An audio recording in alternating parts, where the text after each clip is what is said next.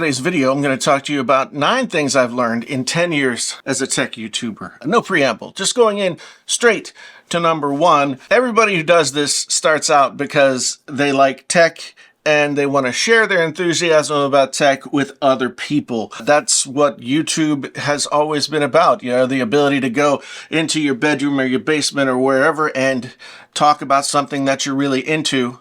And tech is no different. Once you do it for a while, you do end up getting some free stuff, and eventually, if you keep doing it, you end up getting some sponsorships, and, you know, all of that's cool, but until it isn't. I mean, it's always cool, but once you start getting sponsorships, people start to question your integrity. I don't know if it's any one thing or the other. I don't know why. Maybe it's just ignorance of the way it all works, but I do know this at this point. Sponsored videos are not by nature somehow compromised because there is money being exchanged. That has a lot to do with the creator and what values they set up that they want to have be a part of what it is they do. So sponsored videos are not the greatest of all evils when it comes to YouTube, nor are they automatically compromised by the fact that money exchanges hands. Number 2, there's always something new. Every year, most every brand comes out with something that's new. And what I've learned is, that doesn't necessarily make those things exciting to talk about or necessary to talk about to the level at which we do. It also makes it easy to lose the thread, which is, why are you doing this in the first place? Who are you making the video for, and why are you making it? I think a lot of times people just want to be first, or they want to be out there, they want to be talking about the thing that everyone's talking about, and it becomes this sort of popularity contest as opposed to something that's meant to help the viewers. Let's get on to number 3. Your content, if you're making YouTube videos, should be helping people. And that can be defined in many different ways, but the goal should always be to help people with your content. If you're reviewing tech, maybe that's helping them make a purchase decision. Maybe that's, opening their eyes to something that they hadn't thought about before, but it should always be helping. If it's about you or something you're interested in, or a thing that you want to get off your chest, most times it won't be as impactful for your audience. So the content should always be coming from a place where you're trying to help people. Number 4, and this is probably no surprise, tech is like sports for some people. There are allegiances that people build for reasons that are really in some ways basic, but also in some ways like deep seated in their need to be accepted into a group. We're very tribal people. And so when we get into arguments about iPhone versus Android, or Mac versus PC, or Ford versus Chevy, or whatever it might be, we're identifying ourselves with a tribe. One thing that I tried to do on this channel is to try and give it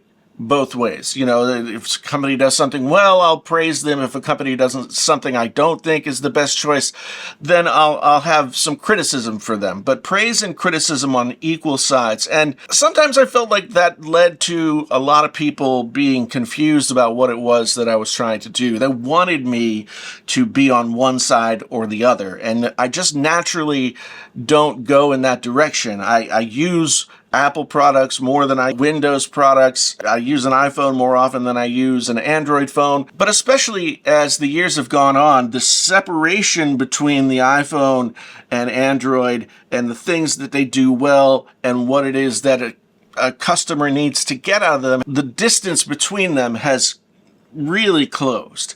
So right now I'm using the Samsung Galaxy S24 Ultra, and I've been really enjoying it, and I've been using it now with my main phone number for about a month, and I'm not feeling the need to run back to the iPhone. And that's mostly because this phone does things slightly differently, but not so much so that, I feel as though I'm missing something.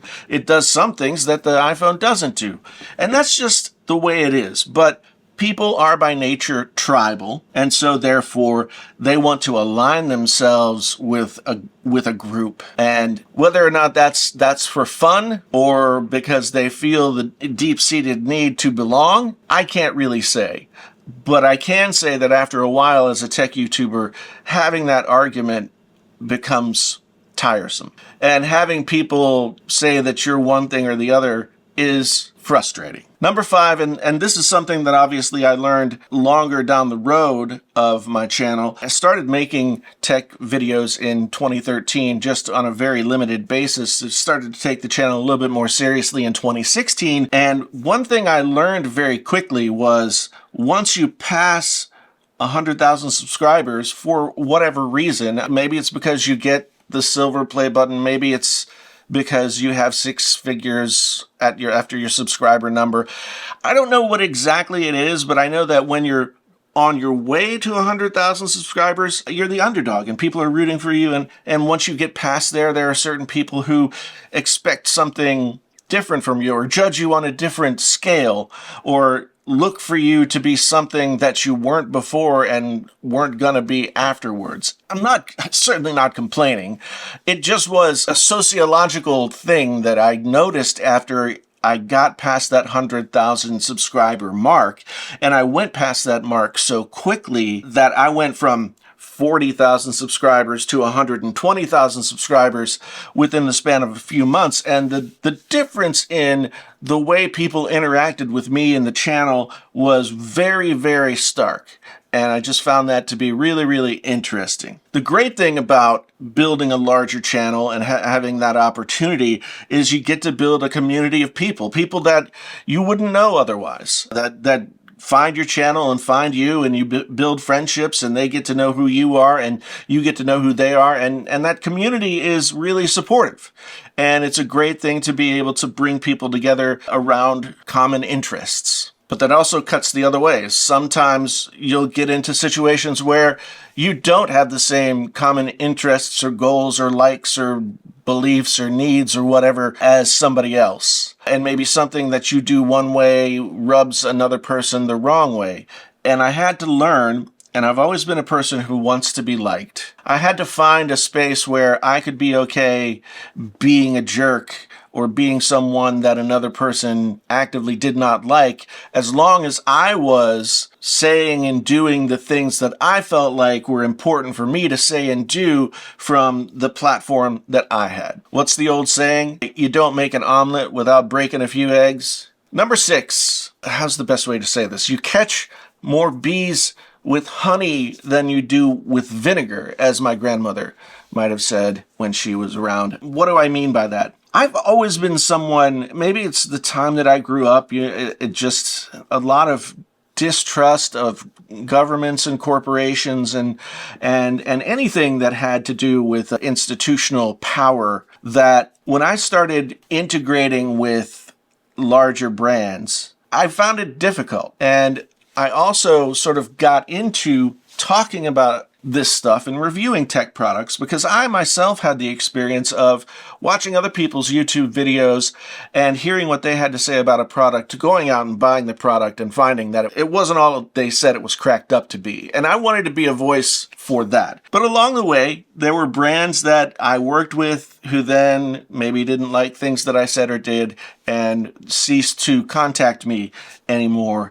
And I had to deal with the idea that just like with other people, there are going to be brands that know and like and respect the way that you comport yourself, and then there are going to be brands that just don't see the value in it. When a large company can give a product to or sponsor any number of creators and you're one that says something that they weren't too jazzed about, they can just easily mark you off the list. After that, it's very difficult to get back in their good graces. And I was never even sure that I actually wanted to get back in their good graces, to be honest. From a personal level, I've learned a lot about myself in terms of what I was willing to do in order to have the kind of success that I see other people having. And that's not to tear anybody else down. People have different kinds of relationships and feelings about the way that they interact with the world. And mine is to be suspicious and to be mistrusting of institutional bodies, and other people maybe don't feel that way. So, while other people thrive in those sorts of situations, I found myself to be more often than not conflicted in how I wanted to go about that. So I ended up using more vinegar than honey at times. I also learned this, and this is more about YouTube than just tech, but tech has its own kind of flavor of this. YouTube by itself is not a sustainable lifestyle, nor is YouTube by itself a sustainable business model. The demands that YouTube puts on you are incredibly strenuous. And they're strenuous in a sneaky way because, you might think like, oh, geez, how hard could it be? You get in front of a camera and you say a few things and you whatever. But after a while, I mean, you're the strategist, you're the marketer, you're the editor, filmographer, talent. Sometimes you're all the things. And when you get more and more on your plate as your channel grows and grows, the stress and the expectations, especially for my expectations for myself, I shouldn't speak for other people, my expectations for myself grew higher and higher, and I found that it just ultimately was very, very tiring. From a business standpoint, when I started Painfully Honest Tech, it wasn't intended to be a business. It was intended to be something where I could, go and say the things that I felt like saying about the technology that I was using or that I was interested in or whatever was happening in the technology community. It was more of an entertainment style channel, I guess. And to take an educational style channel and then turn it into a business is incredibly difficult. Now, are there ways to make money while doing a tech channel? Yes. But doing YouTube by itself is just an avenue toward burnout. In that way, it's very different than all the other creative things that I've done, whether it's been songwriting, writing a novel, or anything like that. Those things are moments in time. You write a collection of songs, and then you record them, and then you put out a record, and then you play some shows, and then you do that over. So it's just it kind of goes in a cycle. Whereas the internet never sleeps, and the pressure to put out more and more content builds up. Whether or not you feel like you're somebody who can sort of withstand that pressure, it does ultimately get to you. Number 7, and this is where it gets personal for me. I came to recognize over the course of the years that making YouTube videos about tech was a way for me to justify a certain kind of behavior that I have been prone to for most of my life. If you aren't familiar with my life, I'm an alcoholic. I quit drinking 11 years ago, almost to the day, actually, 11 years ago. And so when I started doing tech YouTube, it became an excuse to go out and spend money in a really compulsive way so that I could scratch the itch that, drinking or smoking cigarettes or any of the other things that I had done and left behind once scratched. So being a tech YouTuber actually fed into some of the most negative aspects of who I am as a person and supported behaviors that I had excised from other places in my life.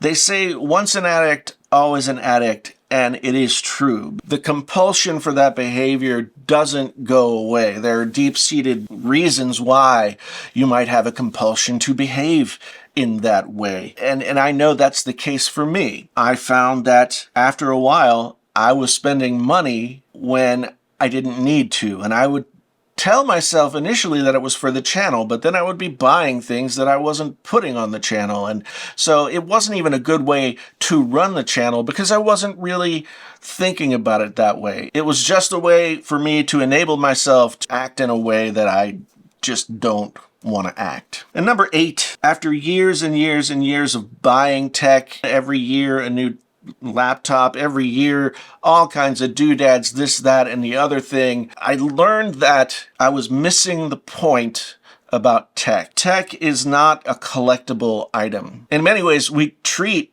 tech in the same way we would treat a comic book collection or whatever it is that you might collect. However, the things that I found myself collecting were extremely expensive. And even though I was able to grow my channel to a decent size, I didn't get a lot of things for free. So I went out and I spent a lot of money. I did a video a couple of years ago about how I spent over $30,000 in 2022 on just tech, which might be more than anyone can imagine on one end of the spectrum and nowhere near what other people can imagine on the other end of the spectrum. But for me, that was the beginning of a wake-up call that I wasn't doing it all for the right reasons. Tech is a tool. It is not valuable in and of itself other than as an artifact. There's no intrinsic value to the tech unless you are using it.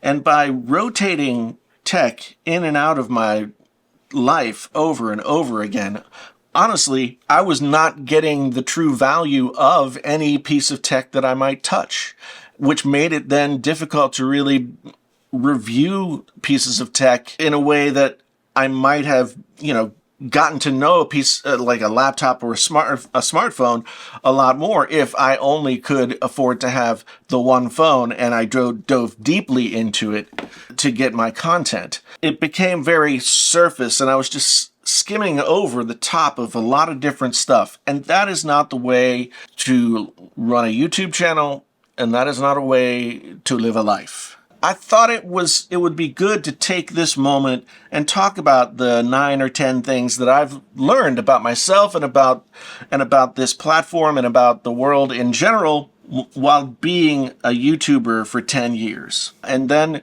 it'll be off into the new whatever it is.